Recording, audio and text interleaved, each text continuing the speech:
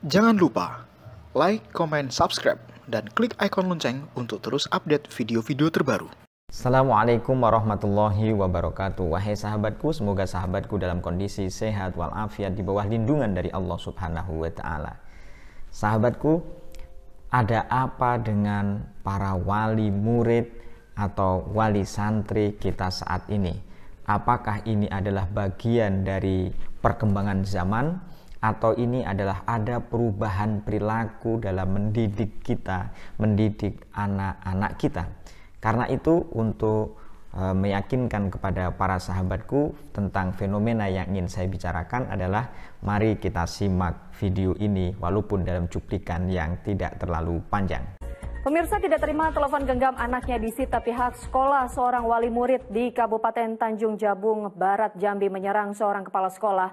Pelaku mendatangi korban di sekolah dan memukulnya dengan batako. Aksi penganiayaan yang dialami oleh seorang guru perempuan terjadi di Kabupaten Goa, Sulawesi Selatan. Kekerasan yang dilakukan oleh beberapa wali murid tersebut juga viral dan beredar luas di media sosial. Masih dari dunia pendidikan, pemirsa, video wali murid memarahi pengurus pondok pesantren viral di media sosial. Ya, diduga wali murid mengamuk karena sang anak dikeluarkan dari pondok pesantren. Wahai sahabatku, ini adalah sebuah fenomena yang sangat miris dalam kehidupan dunia pendidikan kita ini. Mengajari anak, wahai sahabatku, itu sesungguhnya adalah kewajiban orang tua. Orang tua memiliki kewajiban untuk mendidik anaknya. Jadi yang memiliki kewajiban mendidik anak itu sebenarnya adalah orang tua, bukan guru, bukan sekolah, bukan. Tapi karena anak itu adalah lahir dari orang tua itu, maka orang tua memiliki kewajiban untuk mendidik anaknya itu.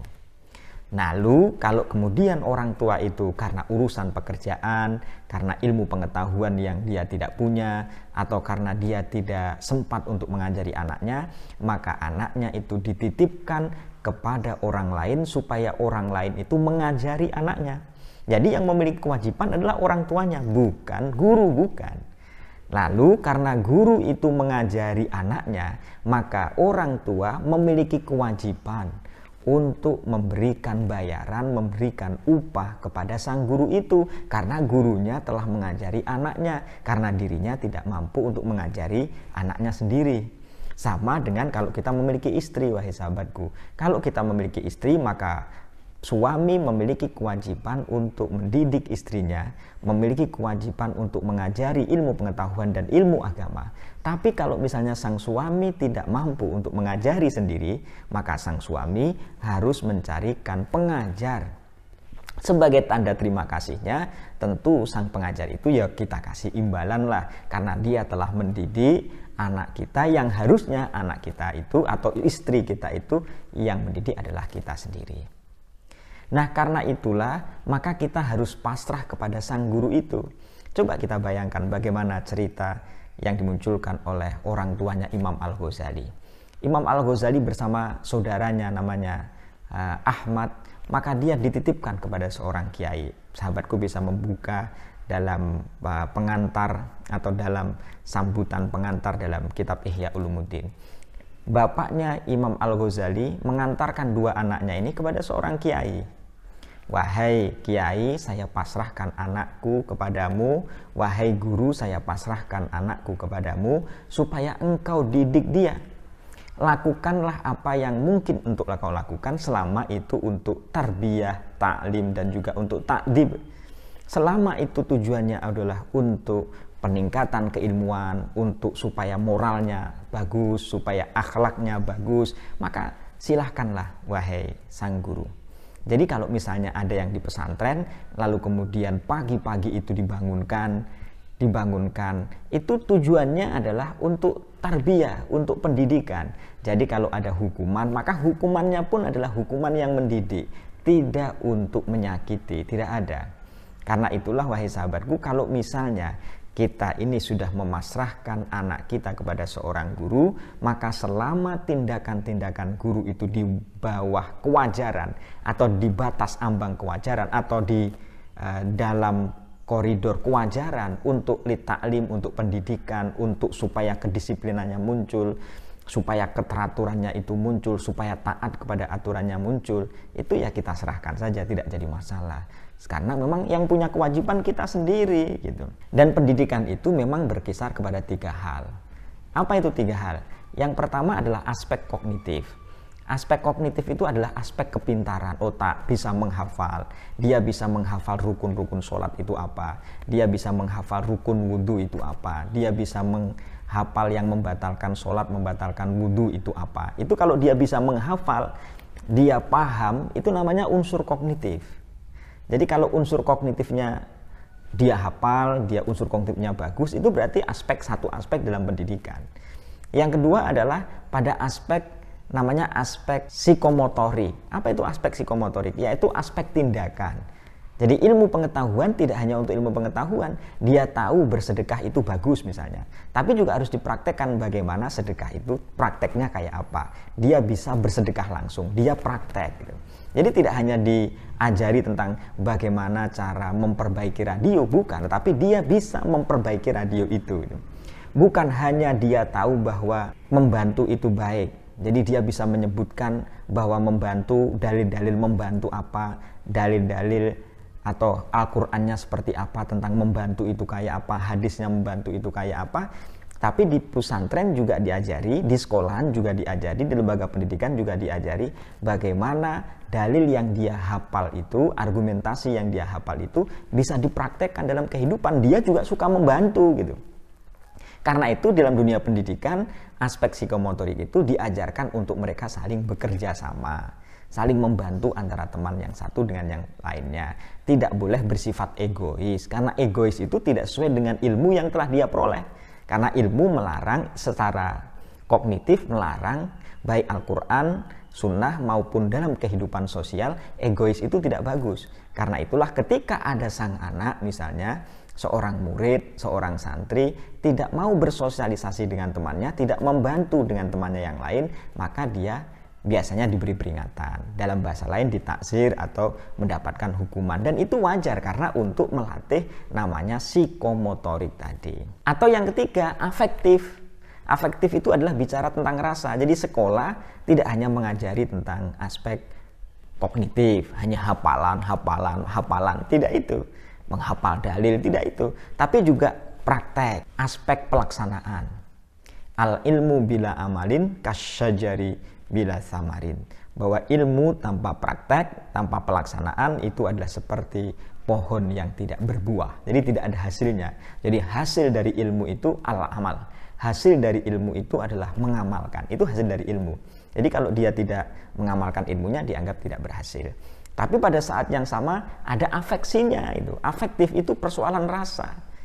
Tidak hanya apa yang dia hafalkan, tidak apa yang dia tindakan, dia lakukan, tapi juga ada rasa. Afeksinya main, ada rasa empati. Itulah yang disebut dengan prinsip reciprocity. Saya tidak akan mencuri sandalnya orang lain karena mencuri sandal orang lain itu tidak bagus. Kenapa? Karena kalau sandal saya dicuri, saya tidak suka. Oh, kalau begitu berarti mencuri sandal orang lain tidak bagus. Saya menolong orang lain itu bagus. Kenapa? Karena kalau saya punya kesusahan, lalu saya dibantu oleh orang lain, itu bagus. Senang saya, berarti saya harus membantu orang lain.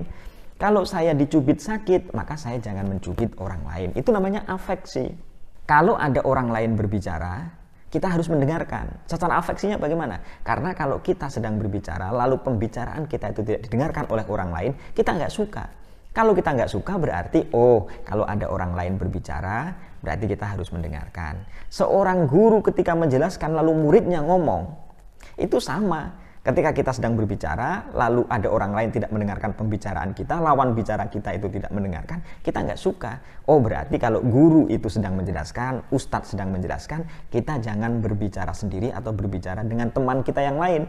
Karena ketika teman kita yang lain itu tidak mendengarkan kata-kata kita, itu berarti kita tidak suka. Itu namanya afeksi. Ada perasaan iba, ada afeksi.